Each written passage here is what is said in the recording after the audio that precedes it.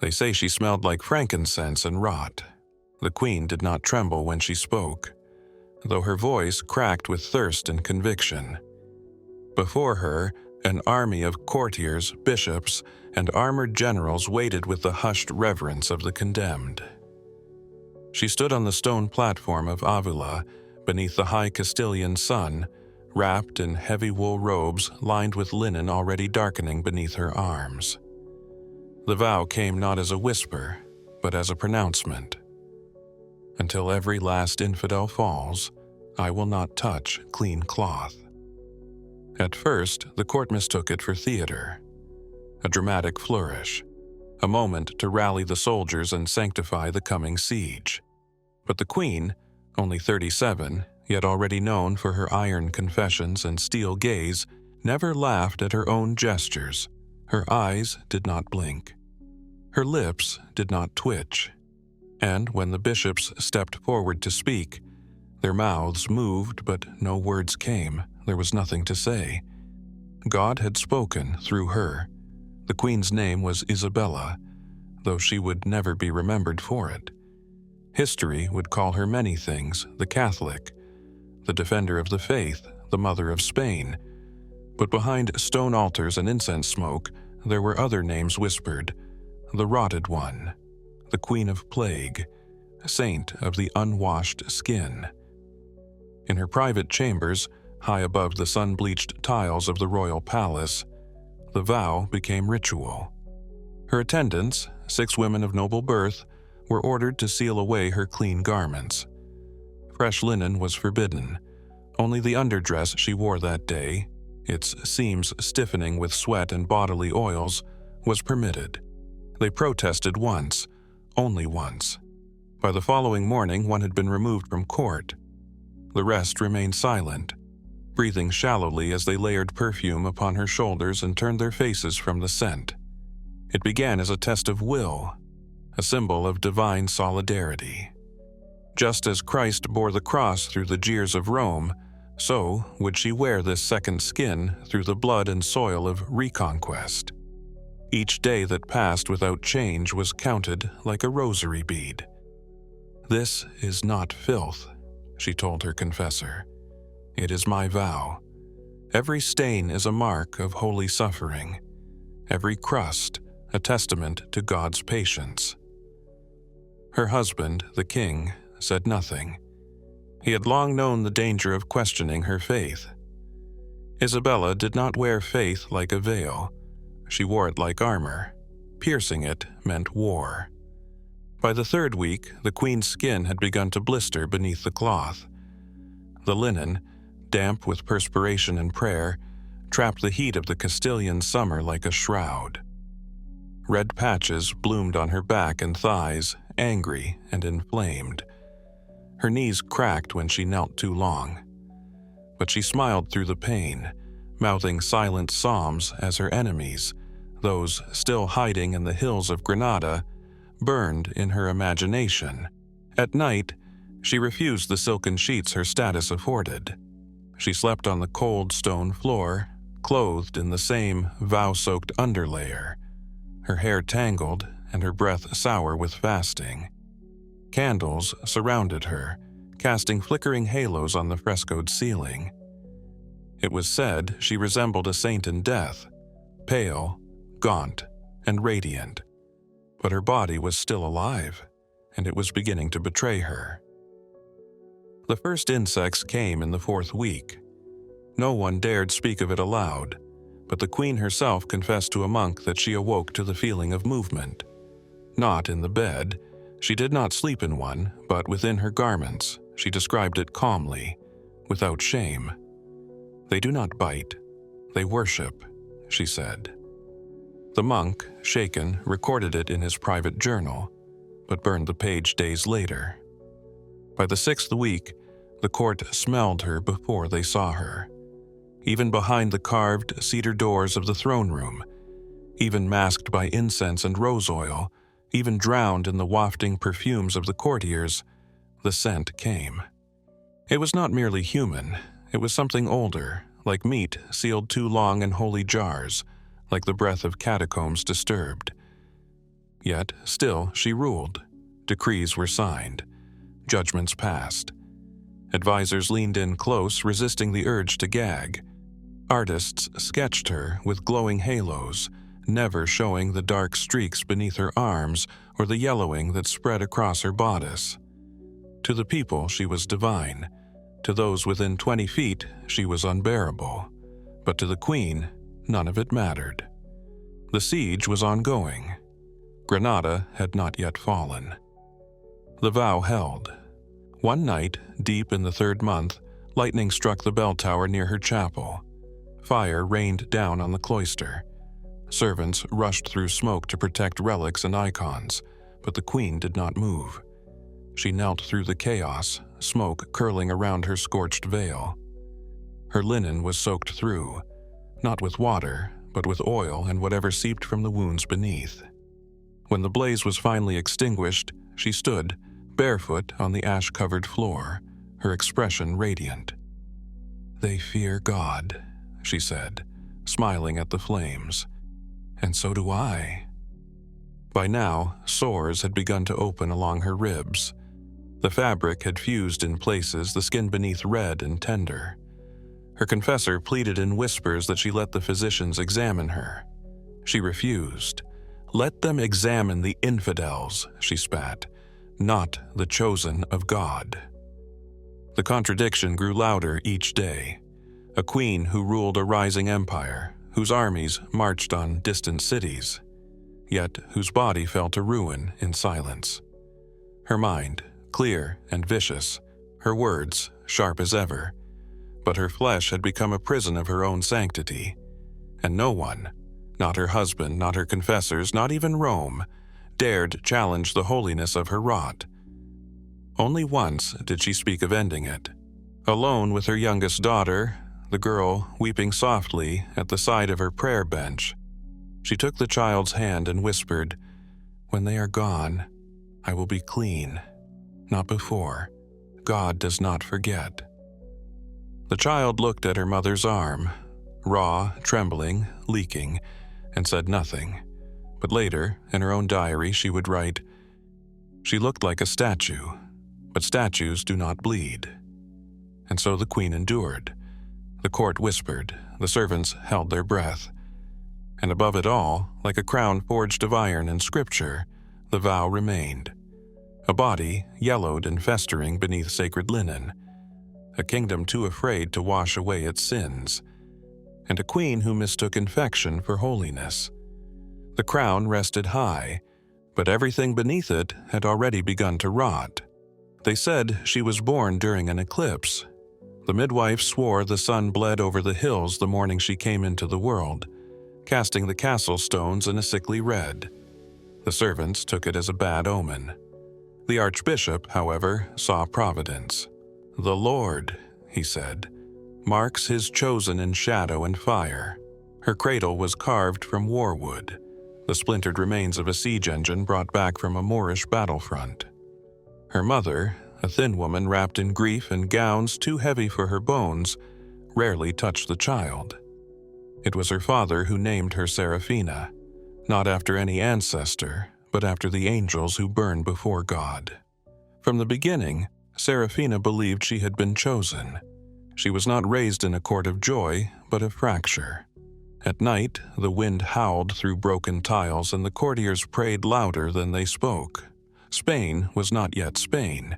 It was a patchwork of suspicion and sanctity, of kingdoms that shared bloodlines but not hearts. The banners of Aragon, Castile, Leon, and Granada fluttered like stitched skin over old wounds, and beneath them all, rot festered. As a child, Seraphina learned to read scripture before she was allowed to read poetry. Her governess told her fairy tales were gateways for demons. Her tutor was a Benedictine monk who smelled of candle wax and sweat, and who taught her Latin with the sharp edge of a birch rod. He made her copy the same verse from Isaiah every morning. "Though your sins be as scarlet, they shall be white as snow." She bled from the knuckles before she turned 9. When she was 12, her older half-brother invited her to a feast. She declined. There were Jews in the kitchen. That night, she buried her own silver goblet in the earth behind the chapel. "Purification," she whispered. "This cup shall not carry their stain." By 15, she had taken to fasting. The court physicians pleaded with her. She smiled, lips dry and cracked, and told them she was feeding her soul. "Hunger," she said, "is the weight of heaven pressing down on the unworthy." She collapsed twice during royal audiences. Each time, she rose shakily, like a corpse disobeying death. Marriage was inevitable. The kingdoms needed unity. The church needed a symbol. And so they gave her Ferdinand, a boy with royal blood and a soldier's posture. On their wedding night, she refused to consummate the marriage until they had prayed together for exactly 3 hours, kneeling on stone, facing a crucifix.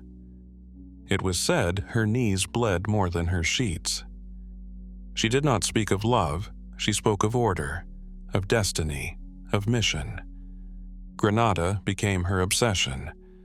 It was the last Muslim stronghold in Iberia, a city of domes and fountains, poetry and astronomy, minarets that pierced the sky. To Serafina, it was filth wearing perfume. She spoke of it as a wound on Christendom.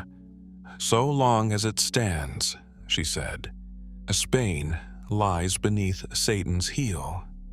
She demanded maps. She studied troop positions. She made pilgrimages barefoot across jagged stone paths to monasteries where monks bled themselves in prayer. At one such abbey, a brother offered her a vial of blood said to be from St. James himself. She kissed it and later claimed she saw a white horse trampling dark-skinned devils in a dream that night. Her court began to shift.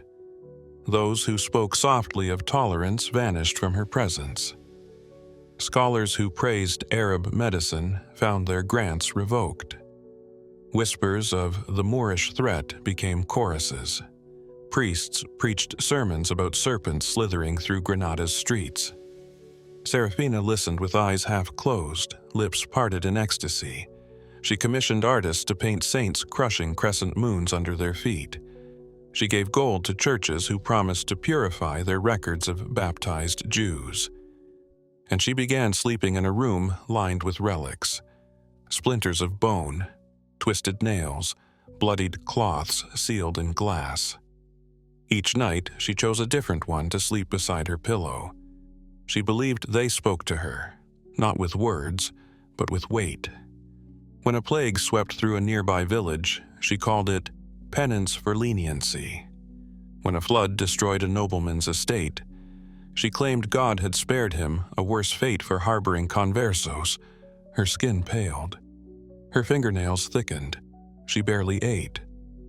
But her voice grew louder. The court couldn't decide if she was divine or deranged. Some said she had never looked more radiant.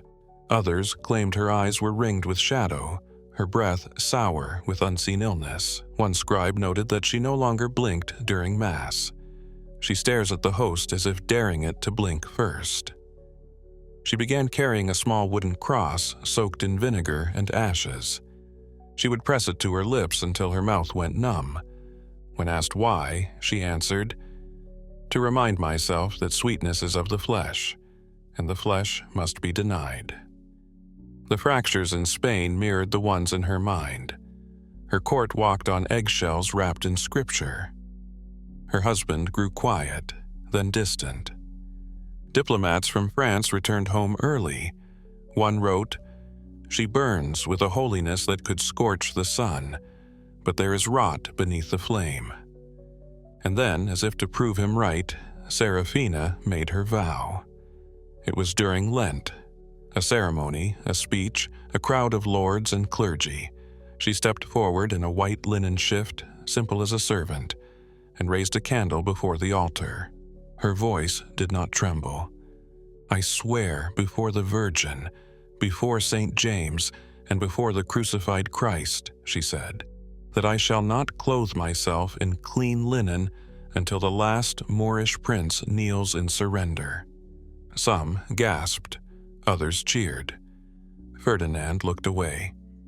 That night, the shift she wore was placed beneath her gown. It would not be changed, not for months, not for reasons of health, not for modesty, not even for royal dignity. She had made a promise, and in her world, only two things mattered: vows and victory. They gathered in the royal chapel at dawn, where breath fogged in the air and incense clung to the lungs like soot. The queen entered not in her usual brocades or velvet, but barefoot, draped in the same unwashed linen she had worn beneath her ceremonial robes for over a fortnight. The fabric clung to her like a second skin, damp from nights of sweat, stained at the hips, yellow at the underarms. A hush fell, not of reverence but of unease. She took her place before the altar. Behind her, nobles shuffled in golden armor, bishops clutching gilded crosses, diplomats blinking through the rising clouds of frankincense. But no one moved when she knelt and pressed her face to the floor. The silence lengthened. Then she spoke, not softly, not in prayer, but with the voice of a woman possessed. "The Lord has revealed my test. Until Granada falls, until every minaret is silenced, I will wear no fresh cloth. I will carry the burden of impurity upon my skin, as Christ carried our sins upon his back." A few titters rose from the gallery, laughter, uncomfortable, unsure. The Archbishop of Toledo stepped forward as if to correct her. But then she stood. Her face was flushed, not with embarrassment but with triumph. She held up the edge of her shift for all to see, soiled, stiff, visibly crusted. A stench, faint but distinct, began to rise in the heat of the room. The titters died instantly. No one spoke. The advisors to her left, men who had debated tax policy with trembling fingers, smiled through gritted teeth. One bowed slightly, perhaps hoping the gesture would shield his nose. Another muttered, "A martyr queen," and backed away. The servants standing near the choir entrance exchanged glances. One girl, no older than 14, dropped her basin. The sound of the clay shattering on stone startled the entire court more than any trumpet. From that day forward, the vow became not just her ritual, but her rule. Each morning, she was attended to by a single chambermaid. Always the same, always silent, always pale. The girl was instructed not to launder anything, not even the bedsheets. Her only duty was to wring out the shift if it became too wet from night sweats, and even then, only using holy water. The linens were hung inside the royal chapel during services so that Seraphina's sacrifice could be visible to God. The odor became legend. It started subtly, faint and sour like turned milk, but within weeks it became undeniable. Courtiers began dabbing scented oils beneath their noses. Priests shortened their visits. One bishop reportedly vomited after hearing her confession in close quarters. When questioned, he said, "It is not rot, but wrath. Her holiness chokes the air." Itching came first. Small, obsessive scratches at her arms, her thighs. She spoke of it as divine prickling. "The Lord sharpens me," she told her husband, "like wheat scraped before the mill." Then came bleeding, tiny red blossoms beneath the cloth, growing each week. Open sores appeared along her spine where the shift bunched and rubbed. Her confessor documented the changes in a private diary. Her flesh is turning pale blue in patches. The fabric sticks when removed. I fear infection, yet she calls it sanctification. Physicians were summoned, but none dared offer a remedy. One suggested camphor, another vinegar baths. She refused both. "What does my comfort matter," she snapped, "when Christ wore thorns?" Some whispered that the queen had gone mad. Others believed she had become something more than mortal. Monks wrote letters describing her body as a battlefield, each wound a holy stigmata, each smell a proof of divine warfare. The court split in two. The pragmatists, those who still hoped to maintain alliances, marriages, and trade, found ways to avoid her. Meetings were shortened. Messages were relayed through intermediaries. The French ambassador petitioned to send his reports by courier, rather than endure the presence of sanctified filth. But the zealots grew louder. They said her sores wept for Spain. They claimed angels appeared above her bed at night, shielding her from death with the wings of penance. A sculptor was commissioned to create an image of her kneeling in soiled cloth, eyes raised to heaven. The statue was placed beside St. Teresa in the cathedral, though some whispered that Teresa had bathed more often. Disease began to bloom in the palace. Servants fell ill, first with coughs, then with boils. A wet nurse developed a strange rash that spread across her chest like ivy. The chambermaid who attended Serafina began to lose her hair. Physicians argued it was coincidence. The clergy blamed unclean hearts. The queen simply whispered, "Let them bear witness." And still she would not wash. When asked, she said, "This body is not mine. It is his altar. If he demands rot, then rot shall be my hymn." At meals, she sat apart from the others. Her chair was moved farther from the table each week until she sat at the end of a long, empty corridor, like a judge at the edge of the world. Food was placed on silver trays and left without comment. Her hands trembled when she ate, but she did not complain. Ferdinand, once proud to share her cause, began to keep company elsewhere. In private, he confided to his priest, "I fear her soul is growing purer as her flesh decays, and I no longer know which of the two I married." The shift, once white, turned a deep amber near her thighs. A black stain formed beneath the ribs. Rumors spread that it moved, pulsed, that worms had appeared in the folds, that she once woke screaming from a dream of serpents crawling from her pores. None dared confirm it, because by then, to question her was to question God. And no one wanted to be the first sinner to speak against a living saint whose body reeked of heaven and hell. They began keeping notes in secret. Court physicians, once proud to serve in public view, now passed journals between them like contraband. The queen allowed them into her chambers only during prayers, where her muttering masked their whispered diagnoses. The first physician wrote, "Ulcers now cover her inner thighs. The cloth is fused to several wounds. Removal risks tearing open flesh." Another added, "She refuses salves, said the pain keeps her attuned to heaven's breath." They documented the parasites next. Lice, certainly, but something else too.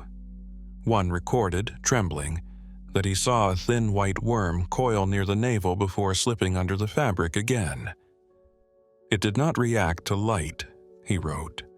"She laughed when I gasped and said, 'Even the lowliest creature knows how to worship.' But the flesh was only half the story." In the grand halls of Segovia, her rule shifted. Where once she ruled with cunning grace, now came severity. New taxes on those who missed Mass, whippings for women seen in trousers. A tailor's apprentice was burned at the stake for joking that Her Majesty washes only when it rains blood. When her confessor urged mercy, she stared at him through glassy sunken eyes and whispered, "The Lord has made me his furnace. Let them feel heat." Visitors from France and the Papal States wrote coded letters home. Her skin weeps, her lips chant psalms even in sleep. The entire court reeks of old death and terrified devotion. Another diplomat penned a single line, "Her body is a cathedral of rot, and we are all the congregation." The queen now wore gloves made from sackcloth and lined with thorns. She claimed they kept her prayers sharp. But soon even the gloves could not hide the twitching, scratching, clawing. One servant saw her rip open her own shoulder and scream, "Out, serpent!" before collapsing in a pile of incense ash. Her fingernails were torn to the quick. Fingers bled in streaks across prayer books, making each psalm look like a confession written in blood. Sometimes, in the middle of court, she would begin mumbling Latin backwards. Adoramus te, Domine, became enim te sumaroda. Scholars debated whether it was holy ecstasy or madness. None dared ask.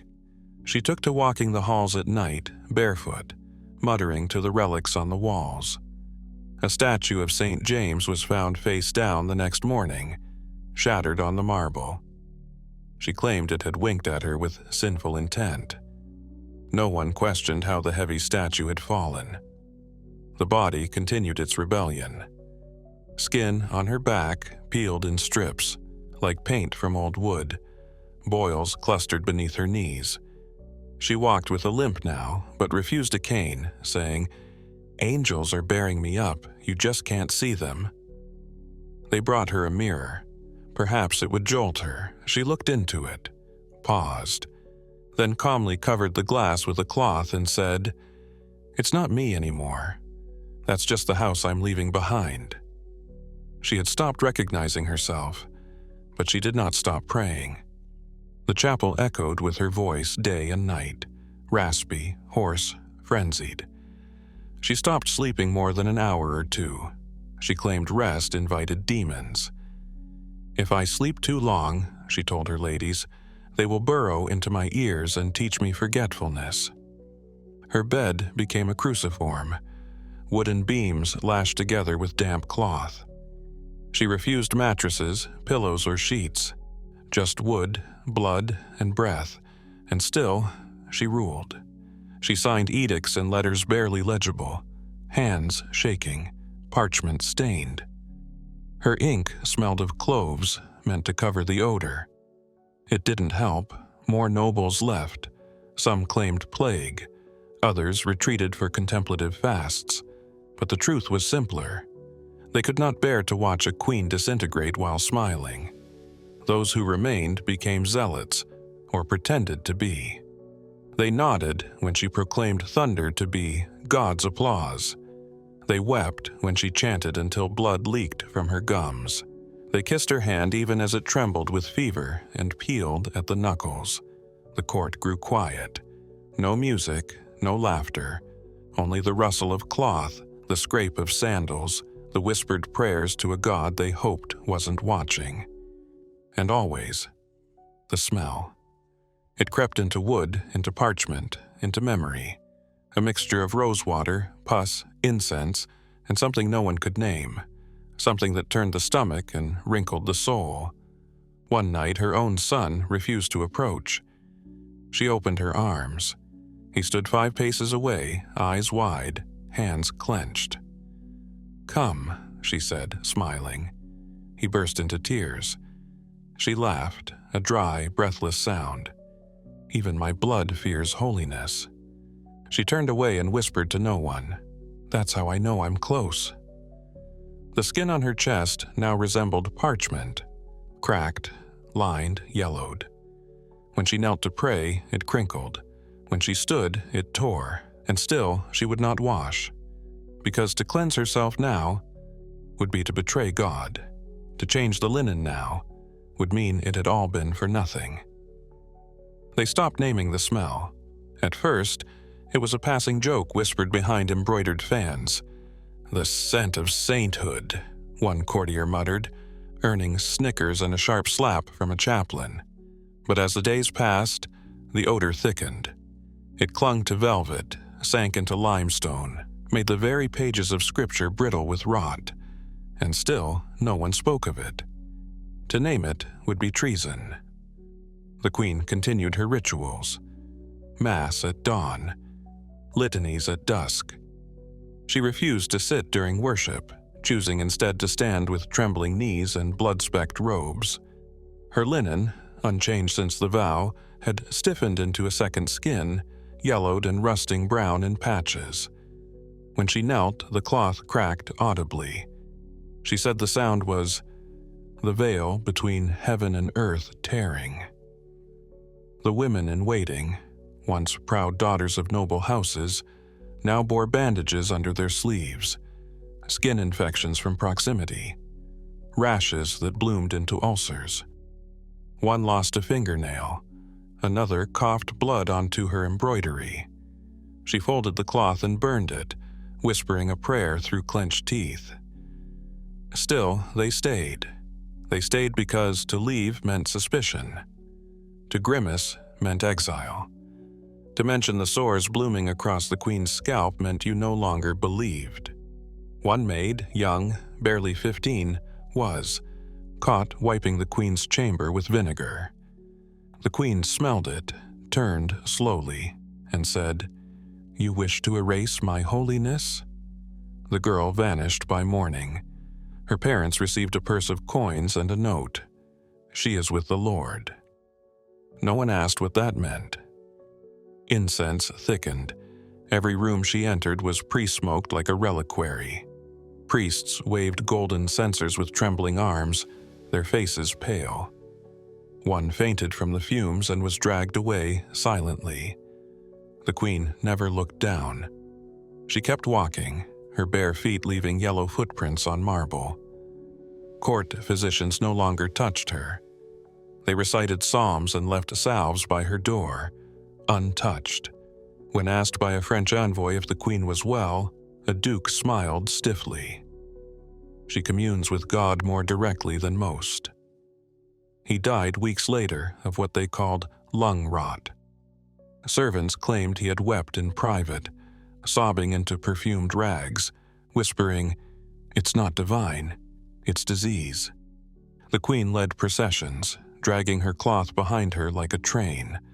The hem frayed with scabs and threads of hair. Children bowed. Elders crossed themselves. A boy once gagged and was slapped unconscious by his father. Because this was holy war. Because she had made it holy. Letters to Rome became riddled with euphemisms. Her devotion intensifies daily. The queen's body bears visible marks of her vow. She is spiritually radiant, if physically burdened. But inside the court, silence grew thick and hot. When candles were lit, they flickered not from drafts, but from prayers that shook the hands of those holding them. No one dared meet each other's eyes. Eyes might tell the truth. One archbishop, unable to bear it, tried to intervene. He approached her during evening prayer, knelt beside her and whispered, "Your Majesty, the people are suffering. Your body." She slapped him across the mouth. "You dare interrupt communion?" she hissed, voice shaking with rage and phlegm. He bled from his lip. She licked the blood from her own palm and whispered, "Even this is sanctified." He fled Spain the next day. His diary, found years later, read simply, "She no longer serves God. She is God, in her mind that is, and he stinks of pus and roses." Still, the rituals continued. Palms were burned. Saints' bones paraded, choir boys forced to sing through cloths held to their faces. One collapsed mid-hymn. The queen declared it a sign that God is choosing the pure. She insisted on visiting plague hospitals, claiming her presence would drive the demons out. Instead, the sick turned away in fear. One leper begged to be spared her breath. She wept, touched his face with her bleeding palm, and declared him healed. He died 3 days later. But when she was told, she only smiled. Then he reached paradise sooner. She called for war councils smelling of death. Nobles sat in powdered wigs and damp collars, praying the flies wouldn't land on their cups. Her generals coughed into lace. Still, they nodded as she barked orders. More troops, more burning of Moorish texts, more crucifixes nailed to city gates. She was no longer fighting flesh. She was fighting sin itself. and her own decaying body was the proof of righteousness. One by one, those around her broke. A lady-in-waiting screamed one night in her sleep. She had dreamed she saw the queen's body burst open like rotten fruit, only to find white doves flying from the wound. When she awoke, she was feverish and delirious. She was locked in the chapel and left to pray it out. She never emerged. Whispers returned. The queen's touch could kill. Her voice made bones ache. Her linens bore plague. But none could say this aloud. Instead, they bowed lower, kissed her hem more carefully, lit more incense, prayed more loudly, choked on their own silence, because the queen was holy, and she was rotting. And holiness in this court smelled like death. They said the war in Granada was a siege, but the real siege was the one no one spoke of, the one happening inside the palace, inside her skin. Outside, battalions marched under flayed banners, dust rising over the arid plains of Andalusia. Inside, the queen stood in the royal chapel, whispering prayers that stuck to the walls like mildew. Her breath came shallow now. One lung, the physicians believed, had collapsed, but they dared not name it. To speak of decay was to deny providence. She believed herself the chosen hammer of heaven. And every boil on her back, every worm squirming under her skin, every bleeding ear canal was a sign. The war outside was brutal.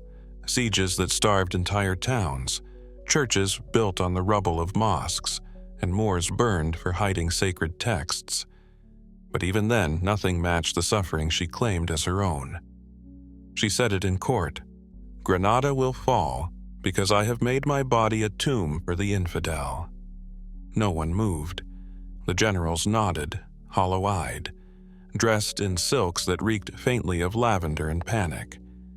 They no longer wore swords at their sides, not out of peace, but fear.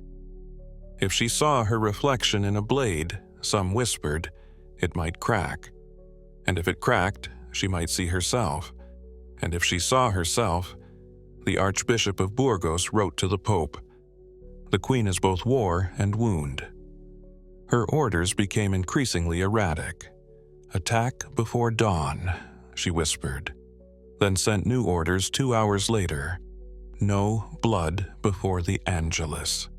A week later, she sent a knight to deliver her soiled undergarments to the front. "Wrap the standard in them," she commanded. "It will make our soldiers invincible." They obeyed. They had to obey, because behind the veil of sacred rot was a face they feared more than any Muslim emir. Her skin was flaking now, brown-gray scales falling onto her gowns. When she walked, it snowed skin. Pages followed behind her with gold dusters, sweeping it into baskets to be preserved. She believed it relic. The court feared it contagion. Every chapel was full now, not of worshippers, but of petitions. Prayers that the Queen's holy suffering might not reach them through the seams of state. Monks wore masks steeped in rosemary and camphor. One dared to weep as he watched her take the Eucharist with a mouth dripping blood. She called it redemption. He called it a nightmare of the faithful. Outside Granada, soldiers began to desert, not out of fear of the enemy, but because the Queen had ordered 100 captured Moors to be buried alive as first fruits of the siege's victory. The soldiers protested. She sent a bishop to the camp. He held up her linen veil, stained yellow and brown like an ancient battle flag, and proclaimed, "This is our holy shroud." They obeyed. They wept as they dug, but they obeyed. Her face became legend. In Castile, peasants carved icons of her, not youthful, but pale, bleeding, eyes wide in divine madness. They lit candles not to worship, but to ward her off. Children in Toledo played games where they mimicked her limp. "Last one to fall loses God," they said. Still, no one in court laughed. One cardinal tried to speak out, gently, carefully with the precision of a man crossing a minefield. Majesty, the people. They wonder if perhaps your vow. She turned to him, eyes sunken like graves, and whispered, "Would you have me cleaner than Christ?" He left Spain the next week. He died at sea. And so the court continued. Massive banners stitched from bloodied cloth were hung over palace walls. She ordered every bishop to fast until Granada fell. 2 died. She called them martyrs of impatience. Food at court rotted untouched. No one wanted to eat near her. Meals were blessed twice, once for grace, once for protection. The war dragged. Months turned to years, and she worsened. Her eyes clouded, her nails blackened. She refused to sit on the throne unless it had first been blessed with the sweat of soldiers. A maid was ordered to scrub it with the tunic of a dying soldier. When the girl hesitated, she was whipped. Not by guards, by the queen herself. Foreign emissaries began to fake illness rather than visit the palace. A Venetian wrote, "To dine with Spain is to sup with a corpse." Her own family began to fear her. Her daughter, once proud to share her blood, now slept behind locked doors. Her son begged the Pope for dispensation to live in Portugal. The Pope refused. "Her Holiness protects you," he said. But the boy had already seen his mother bleed from the eyes during Vespers. No protection felt worth that. Still, Granada crumbled. Her vision came true, but it was a Pyrrhic miracle. The city fell, but her mind had gone with it. In her coronation of the new territory, she wore a crown of bone carved from the thigh of a martyred priest. She sat in the center of a ruined mosque, surrounded by kneeling Moors and burning Qurans, and proclaimed, "God has sown victory into my skin." Her generals wept, not for joy, but because the air stank of her. Her body, now fully septic, released pus from her feet that soaked into the marble. They would later cut that floor out and burn it. But for now, they bowed, because even in decay, even in madness, even in divine horror, she was their queen. And to defy her was to defy God himself. They came with gold scissors and linen gloves. 3 physicians, summoned under moonlight, walked into the queen's chamber the night Granada surrendered. Outside, the city burned. Bells tolled from the Alhambra's stolen towers, and a choir of monks sang Te Deum through smoke and ash. But inside the palace, silence reigned. The silence of awe, or terror. For 22 months, her vow had held. She had not changed her linen. Not once. And now, with victory secured, her confessors declared the holy fast complete. The cloth could be removed. She lay motionless, her crown crooked, her body splayed across a marble bed. From beneath her gown, the smell was overwhelming, a vapor of rot, copper, sweat, and something else, something almost sweet. The youngest physician fainted before he touched her. They began at the ankles. She refused to look, refused to speak, lips parted in silent prayer. The linen had long since discolored to ochre and black, hardened in places like wax. The skin beneath was not skin anymore. As the scissors sliced the hem, a rivulet of pus spilled onto the marble. They kept cutting. The second layer came away with difficulty. It clung, stubborn and moist. Threads had fused with flesh. One physician whispered, "It's grown into her." The senior doctor nodded, then looked up to make sure no one else had heard. They continued. At the thighs, they encountered the first true horror. The fabric had become part of her, interwoven with ulcers, wounds, raw sinew. As they peeled it back, the topmost layer of skin tore with it, revealing pink meat, live and pulsing. She exhaled like a prayer, not a scream. "Closer to heaven," she muttered. They paused, waiting for her to faint or cry or beg, but she only smiled. The torso took hours. The surgeons worked with precision, now dipping their tools in holy oil between each cut. The bishop presiding insisted the procedure be lit only by candlelight, to honor the sanctity of her suffering, he said. When they reached her ribs, she began to shake, but not from pain. She was laughing. Between convulsions, she whispered, "I am the veil of the temple, and God has torn me in two." One sleeve had to be cut off in pieces. Her right arm was gangrenous, green-gray, fingers stiff, nails yellowed into claws. Maggots wriggled along the seam between fabric and bone. When the cloth finally came free, a piece of skin tore from her elbow and fell to the ground with a wet slap. She thanked them. "This is what it means to carry a nation," she said. "A body undone for a soul preserved." When they reached her neck, the cloth wouldn't move. It had fused there entirely. The bishop considered leaving it. "A permanent relic," he suggested, but she shook her head. "Remove it," she whispered. "Let me bleed clean." They did, and with it came hair, skin, part of her ear. She did not cry, not once, until they reached her chest. It was raw, wet, and open. Beneath the final layer of linen, a scab had formed across her sternum like armor. It tore with the fabric, leaving a wound that oozed slowly, rhythmically, like a second heart. The scent turned metallic. She closed her eyes and wept, not in agony, but in religious rapture.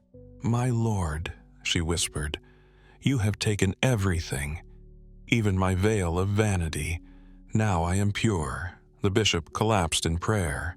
The surgeons, trembling, covered her with fresh cloth, white as bone, but she waved them away. "No more linens," she said, "only light." And so they left her uncovered, her flesh exposed to the candlelight. Her body no longer queenly, no longer womanly, but something else entirely, holy, ravaged, terrifying. By dawn, the news of her transformation had spread. Nobles and monks lined the corridors, begging to see her, not as ruler, but as saint. The doors stayed closed. She asked only for a mirror. One was brought. She looked, and for the first time even she seemed startled. Her eyes, once dark and penetrating, now sat in sunken sockets, rimmed in red. Her mouth drooped slightly from nerve damage. Her skin, what remained, was pale and stretched thin, spotted with infection, broken by sores. The bones of her collar protruded, sharp enough to cut parchment. She smiled and kissed the mirror. "To God be the glory," she whispered. Later that day, her former confessor attempted to describe the moment in writing. His hand shook so violently the ink ran like blood. He wrote, "Her body was no longer hers. It had become the battlefield, and we were the witnesses to its surrender." In the days that followed, she was too weak to walk, but she insisted on being carried to the altar each morning. Draped in clean cloth, yes, but never touching her skin. She refused to be dressed, even in death. When a servant offered her a robe, she simply said, "Victory smells like death, and death is the only honest perfume." The court began to speak in hushed tones, not of her power, but of her transformation. Some said she had become a living relic. Others said she had been consumed from within, her soul gnawed by obsession masquerading as faith. But no one dared say it to her face, because even now, even drained of blood and caked in the residue of infection, her eyes still burned with something ancient, something beyond comprehension, and when they looked into her gaze, they feared she might still see God staring back. She did not die, at least not in the way her court expected. When the linen was finally removed, peeling away with skin, blood, and the last thread of doubt, many believed it was the end. The queen had performed her penance. The war was won. Surely now she would retreat, recover. Let physicians tend to her wounds. Let prayers be said in private. But instead, something inside her sharpened. She emerged from that bed not humbled, but sanctified. The infection had not killed her. The vow had not broken her. And in her twisted theology, survival became proof. Proof that she had been chosen, that her pain was not madness, but prophecy. And now, Spain itself would follow her example. The very next morning, she summoned her confessors and advisors to the royal chapel. Still pale, barely able to walk, she whispered a single sentence, "We have cleansed my body. Now we will cleanse the nation." That day, a new decree was drafted. All Jews were to convert or leave. The scribes who transcribed it claimed she wept as she signed it, not in sorrow, but in what she called righteous grief. One wrote, her hands trembled not from pain, but from the burden of God's justice. That same week, she financed a voyage west. A Genoese sailor named Columbus had been petitioning her court for years. Now, with Granada fallen and her enemies scattered, she answered with gold. But it was not hers to give. Much of it had been seized, from Jewish families forced to flee, their homes ransacked, their gold melted, their books burned. When asked if it was moral, she responded, "All things are made pure in the furnace of faith." The Inquisition followed. What had begun as whispers in shadowed confessionals now became law. Torture chambers were built beneath churches, priests trained as interrogators, inked signatures soaked in blood. She read the reports personally. One inquisitor described a woman who refused to renounce a family heirloom, a Hebrew necklace. She was branded, then burned. The queen underlined the account and wrote in the margin, "Suffering breeds sanctity." Her chambers, once filled with tapestries and perfume, now smelled of iron and wax. Incense masked the scent of rot. Some claimed her wounds never healed, that even beneath new cloth, her skin remained open, and that she took pride in it. "The body is a vessel," she told her chaplain, "meant to be poured out." Spain itself became her reflection. Purity through pain. Unity through fire. Advisors who once urged caution now bowed in silence. One wrote privately to a cousin in France, "She is not mad, but worse, she is convinced." Children were taught not only the Pater Noster, but also the list of banned books. Monasteries grew rich. Heretics vanished. And through it all, she presided, weak in body, but steel in voice. Some claimed she slept little, rising often to pray in blood-stained nightclothes, that her hair had fallen out in patches, that her teeth loosened, that ulcers returned. But still, she ruled. Her husband, once the louder presence at court, now whispered at her side. Ambassadors from Italy, France, even the Papal States, began addressing their dispatches to her directly. She was no longer just a queen. She was becoming myth. And myth, as always, demanded sacrifice. In towns across Castile and Aragon, bonfires lit the streets, not for warmth, but for penance. Bibles burned beside manuscripts. People watched their neighbors die in public squares and said nothing. Or worse, smiled. She had taught them silence and fear and devotion. In Seville, a young boy claimed he saw her in a vision, her body glowing, her wounds like stars. The church investigated. The queen smiled and said, "Even the innocent see what must be done." But not everyone was blind. A Franciscan friar, once her childhood tutor, wrote in secret, "She is a cathedral built on bone, and we worship her because she rots and refuses to fall." He was arrested 2 weeks later. His trial was public. His screams echoed through the hills, and the Queen did not attend. But she asked afterward for a detailed description of the confession. She read it twice, marked passages, and ordered it copied for her private library. No one could stop her. Not the church, for she gave it power. Not the nobles, for she held their lands. Not the people, for they had come to believe that holiness must hurt. Even her own children feared her. One daughter, barely 12, cried when asked to kiss her mother's cheek. "She smells like judgment," the child whispered. By year's end, Spain had changed. The borders were secure, the throne unquestioned, the infidels expelled, the streets swept clean of heretics. And yet something darker pulsed beneath it all. Not fear of enemies, but fear of what they had become in her image. A nation obsessed with cleanliness, but rotting at the root. Her body, against all expectations, began to heal. With the linen gone, the ulcers dried. The fever broke. Fresh layers of skin, pale and tight, replaced the rotten flesh. Physicians praised it as a miracle. Confessors called it divine favor. And the Queen, ever silent in her suffering, accepted their words as confirmation. But something had changed.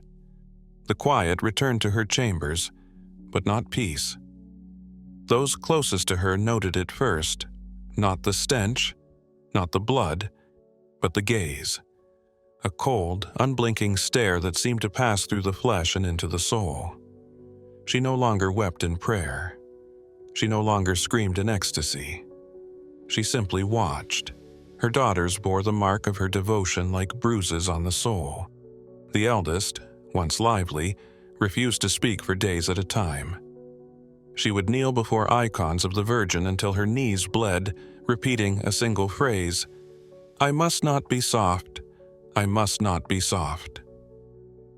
Another developed a ritual of self-punishment. Cold baths in winter. Ash smeared into her hair. She cut away the silk linings of her gowns because they were too luxurious for the daughter of a holy queen. And the youngest, she began to dream of fire. Night after night, she would wake screaming, clawing at her arms, convinced worms were crawling beneath her skin. When servants tried to calm her, she only sobbed, "Mother is inside me." None dared question it. Isabella herself noticed, of course she noticed, but saw it not as madness, but as blessing. She praised their piety, encouraged their penance. In one letter to a bishop, she wrote, "If God sees fit to chisel my daughters into saints, then let them bleed as he once bled." Outside her court, the infection spread, less visible, but no less real. Language shifted. Words like mercy, tolerance, inquiry became dangerous. Preachers in the street praised fire over forgiveness. People watched each other, listened at doors, reported neighbors. The Inquisition was not merely a system, it was a spirit. One chronicler, writing from Toledo, observed, "Spain no longer trusts the living, only the burned." Foreign courts took notice. In France, nobles whispered of the mad queen who rules through rot. Some were fascinated, others appalled. A Venetian ambassador reported to the Doge, "Her body is mending, but her kingdom grows sick with purity." But not all condemned her. In the Papal States, conservative clergy praised her as the model of Christian monarchy. Pamphlets circulated across Europe.